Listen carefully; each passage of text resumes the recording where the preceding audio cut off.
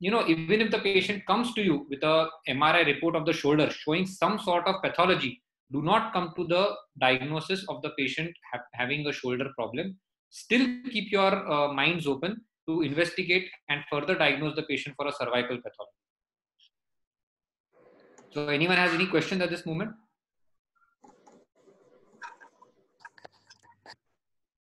Sir, I have a question. Yeah, please. I have a patient actually. He's a 35 years male. Yeah. And basically, it's like he has intermittent pain in the shoulder. So it's pain is not exactly, he doesn't complain of pain in the shoulder exactly, but it is usually at the insertion of the deltoid muscle. Okay. So, yeah. So then how have you treated him? Like, how have you gone ahead with it? Sir, whenever like I mobilize and go for more of relaxation exercise, he's very comfortable. He's a tennis player actually. So whenever he says that it is more of overhead activity, he complains of pain. So, but at the same time, he also has paraspinal muscle spasm many of the times in the cervical area. Okay. So I am not really very clear wherein exactly should I check. Okay. So now, so this is exactly how patients will present in the consulting, correct? Okay. So now what we have to do is always start with examination. Okay. So now history wise, he says that he has a little bit of paraspinal spasm. His arm is hurting, correct? So first thing which you do is you do a Sperling maneuver. You must be knowing what a Sperling maneuver is, right? Yes, sir. Yeah. So you always squeeze the neck on the affected side, a little bit of extension, a little bit of tilt towards the affected arm. Okay. At that moment, if the patient does have, radicular pain, see, I'm again stressing not just stiffness, but radicular pain. Okay. Okay. Then start thinking cervical. Okay. Okay. Now, if the patient says, no, I don't have any radicular pain, his neck movement is relatively free, then just rule out cervical spine, number one. Okay. So that the paraspinal spasm question is gone out of the way.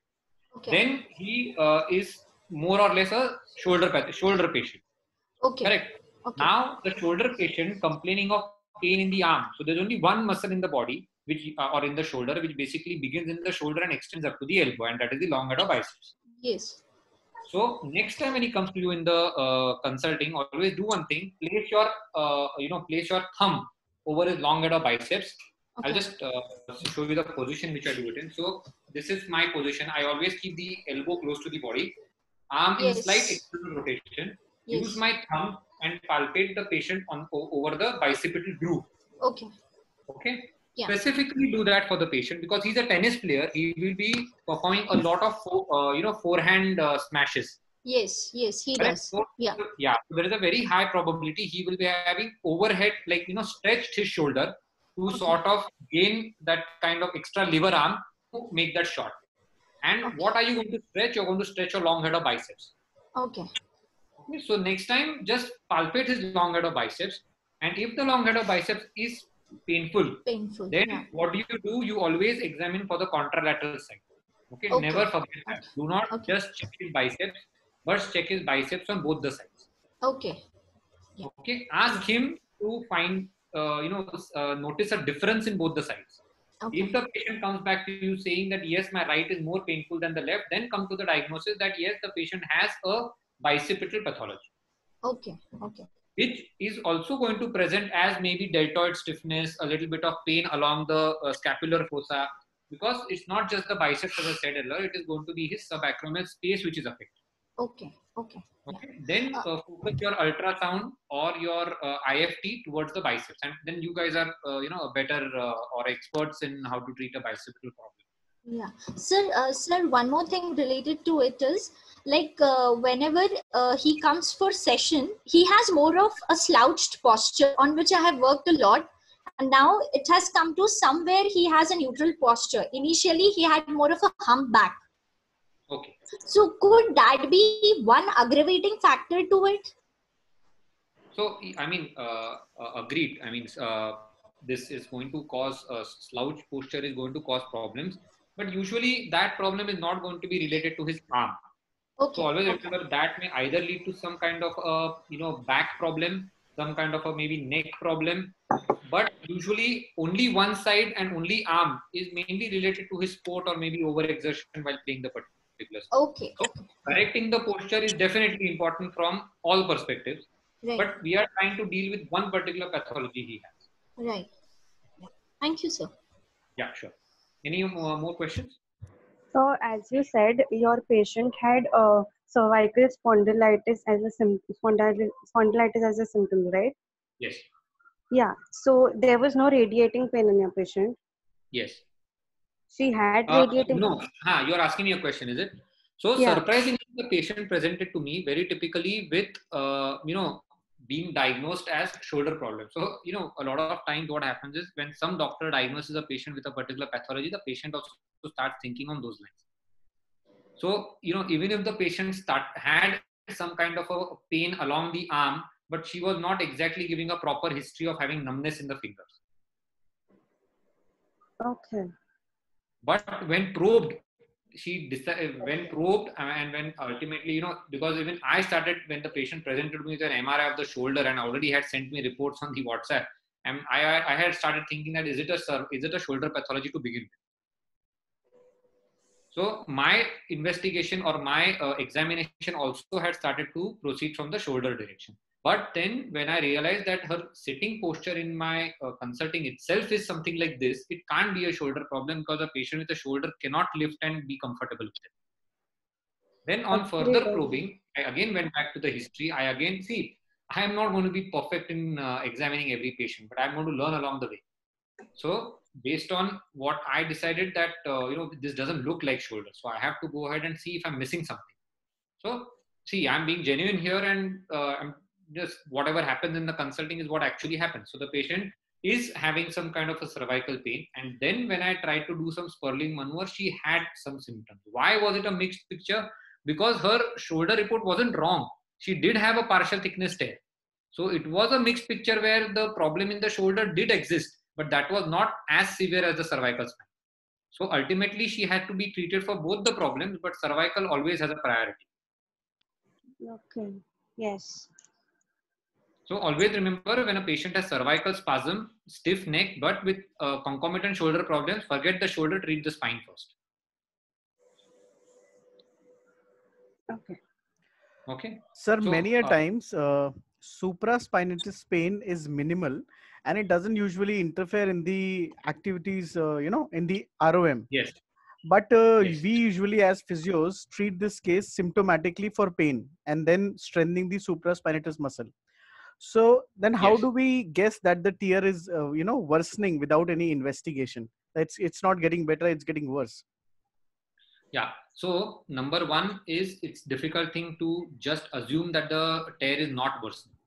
Correct. So if a patient presents to you with a supraspinatus full thickness tear, just start assuming the tear is going to worsen. Okay. Number one. Number two, if the patient is coming to you regularly, keep doing a serial investigations.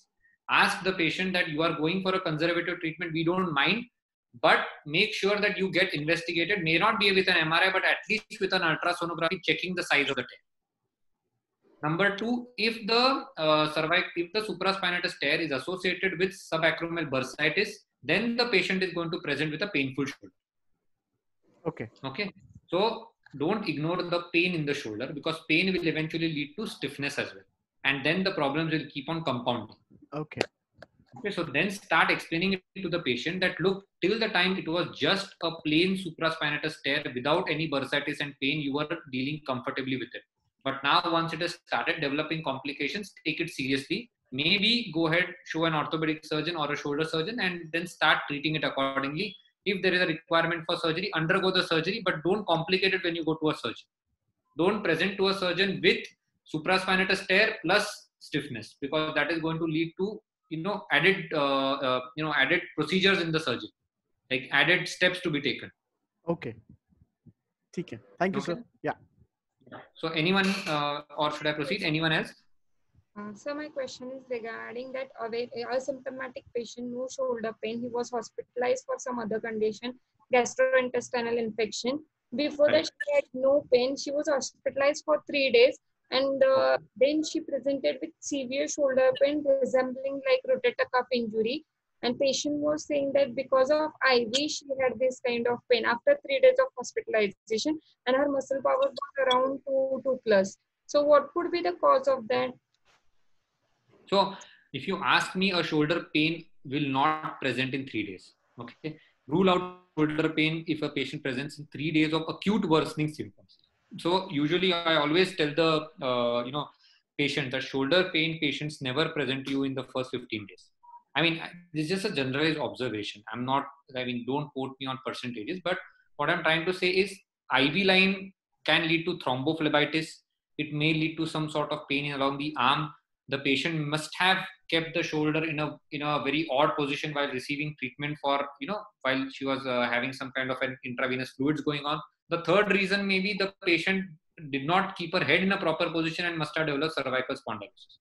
So these are your DDs. Her symptoms were not like cervical spondylosis, and she had like muscle power, reduced muscle power. She did not have the neck pain. Only pain was at the deltoid, and her sonography was done, and which was showing that fluid accumulation. Yeah, so fluid accumulation is also going to be there on the other side. Was it like abnormally high fluid accumulation? May not be. So the thing is that 3 days ago, the patient is perfectly all right. Definitely, for 3 days, the patient has not performed any physical activities, Yes. correct? Because she was admitted having Yes. some sort of a treatment going on. So, take it with a pinch of salt that she's not going to develop a shoulder problem by just lying on her bed for 3 days. You know what I'm trying to say? Yes. I mean, start thinking on other DDs, because it may be a very acute episode and the patient is having some thrombophlebitis. She's not able to raise her arm. You have, recorded that 2 out of 5, but she must recover maybe after the next 2 to 3 days on her own. No, she was coming to me for 10 days. We worked her upon her, but we couldn't get much recovery. Then physician referred her to MRI, and after that she was lost to follow-up. So I couldn't know the details after that. Okay, so next time, even if the patient comes back to you, do let me know how the patient has, fared and how did it actually progress. But it seems odd that a patient lying in the bed for 3 days suddenly developed a shoulder pathology. Yes, even I was surprised because we couldn't reach to any diagnosis. Even physician Correct. what is the cause, and patient was telling it is because of the saline. But that patient was lost to follow-up, so we couldn't get any further information about it. Correct. Also remember, I mean, one thing I always tell to my patient, and this is what my boss used to tell it to his patients back in Australia. So he used to always say that, look, it is the shoulder. Okay. Always remember it is shoulder. It is not a life-threatening joint in your body. Okay. So every patient with shoulder, even if they have acute pain or extreme level of tenderness, can always be taken not that seriously. Always remember, even me being a shoulder surgeon, I am not going to take my patient seriously if they present with some symptoms which don't match their clinical history or something. Okay, so a patient with no history of clinical of trauma, no history of anything, and suddenly has acute pain, I'm just going to ask him to maybe wait for a week. If the patient has persistent pain after 10 days, 15 days, I'll start taking it much more seriously. A lot of pain does settle on its own. So Poonam has asked a question, and this is this is the exact same thing which I was going to say, that calcific tendonitis is the only problem in the shoulder which will present with an absolutely acute pain in the shoulder, which will suddenly worsen overnight also. And the patient can have pain which is 2/5, can present with a very mixed picture. And actually, I have a patient who has come to the consulting with me. So I'll explain this case. So 36-year-old female, 3 or 2 days ago, she was perfectly all right, no history of trauma. She was, having routine activities done at home and suddenly presented with acute pain in the shoulder, absolutely unable to raise her arm. I was even confused that, a patient with 40-year-old, she was unable to raise her arm. She did not have any past history of similar episode and without a history of trauma. And she presented literally with a drop arm test positive. And a drop arm test positive is, high indicator of being a massive rotator cuff tear. So I got her, X-ray done. X-ray really did not show much of, any calcification or anything. On MRI, inside the tendon, there were specks of calcium, and the MRI came back saying that it is a calcific tendonitis. After giving her, a course of Kinacort with needling, she literally improved in the next 10 to 12 days. So this is how a patient may present with a history, but suddenly get worse. So that is a very rare scenario which calcific tendonitis does present. So I had a question. Yeah, please go ahead. So my mother, postmenopausal, and she has this typical upper cross posture.